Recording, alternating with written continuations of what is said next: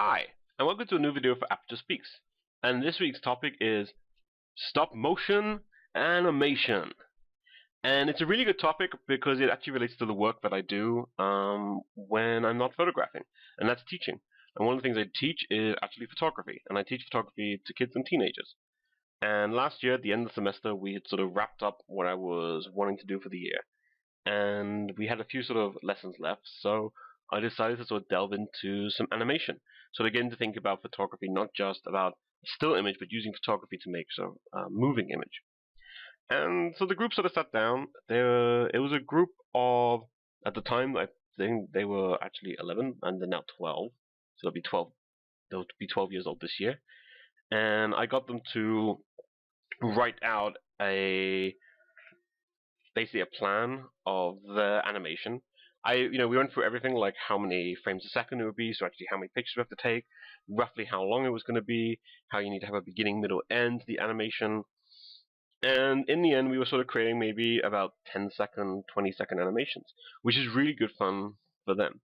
They're a creative group, and they had already created this plasticine town, so that's where we worked from.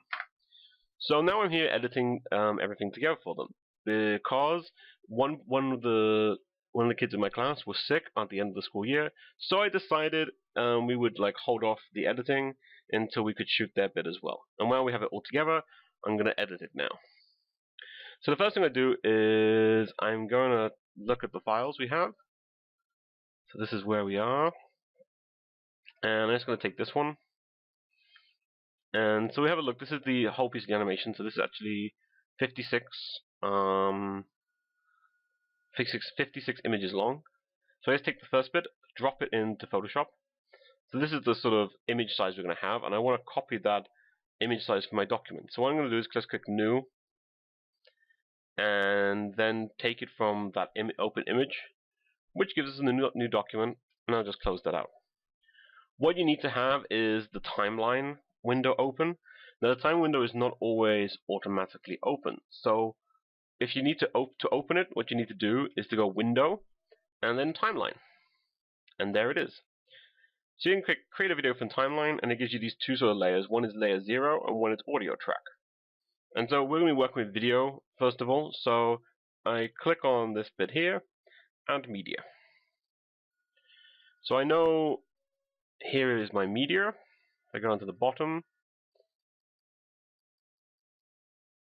and select them. Okay, that's the beginning one. Okay. So this is the media we're going to be adding.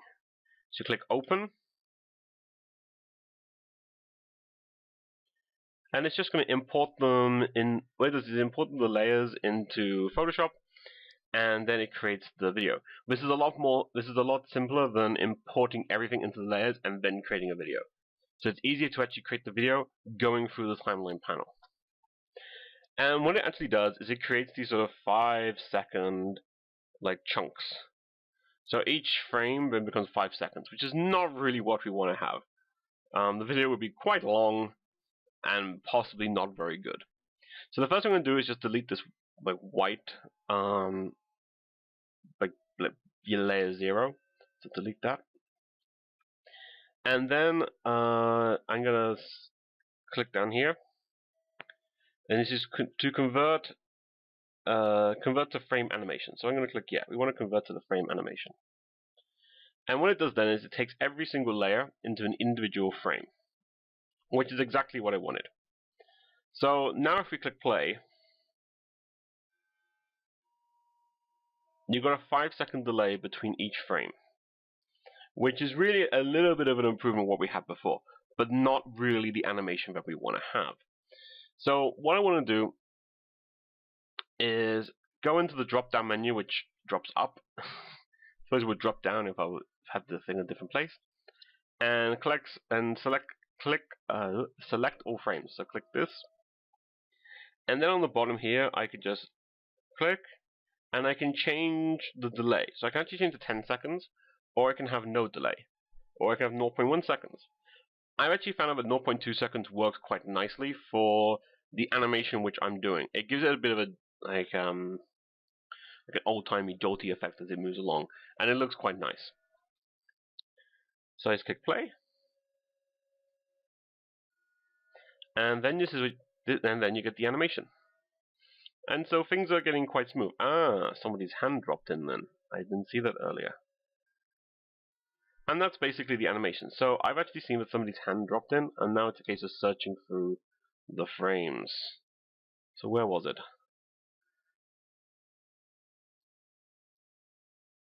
It was...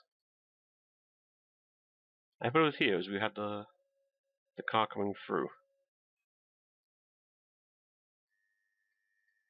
No? There it is. So that's my student's hand correcting. And yeah, and we retook the shot. So what I'm going to do here is just delete that one. Yes, okay. Everything else should be fine. So I play this now. You have this nice sort of little animation of a car coming into this car park, it going out again, going around, it parks up, drops somebody off, and drives off again. So a nice little quick animation there. It's not very long, but it's just a cute little thing. So there you are. Now, obviously now we don't have any audio, which is a bit of a bummer because you just got a silent movie. So the way to add audio is actually to render the video. And you render the video by going File, Export, Render Video. So click Render Video. I've automatically chosen the HDTV 1080p for the encoding, and I just got to change the name. So this is the third scene. So I'll name it Scene 3. And I'm going to click Render. And I'll meet you on the other side. Okay, so now the video is actually rendered. What I'm going to do is open the video up. So I just go File, Open. I have to go back a few steps.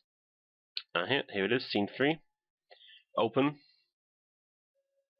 And in here you can see we now have the video like this, and then the audio track here on the bottom. And what you can now do is import audio just by going and click Add Audio. And you can do this from an audio recording, or you can do this from some music or something like that. With ours, actually, what we're going to do is we're going to record some audio sound effects to go with the video, which I think will sound really, really interesting, and it will just sort of be the final sort of part. Since they're only like 10-second audios, it'll be quite interesting to try and get, so it's 10-second videos. It'll be really interesting to get the audio all together. And once the final animation is put together, I will be posting it on the YouTube channel and also on my blog. So there you are. That's basically creating animation in Photoshop, in particular stop motion animation. I hope you enjoyed the video. If you have any questions or any comments, please do so in the comment box below. You can follow me on my blog, which is aperture64.wordpress.com.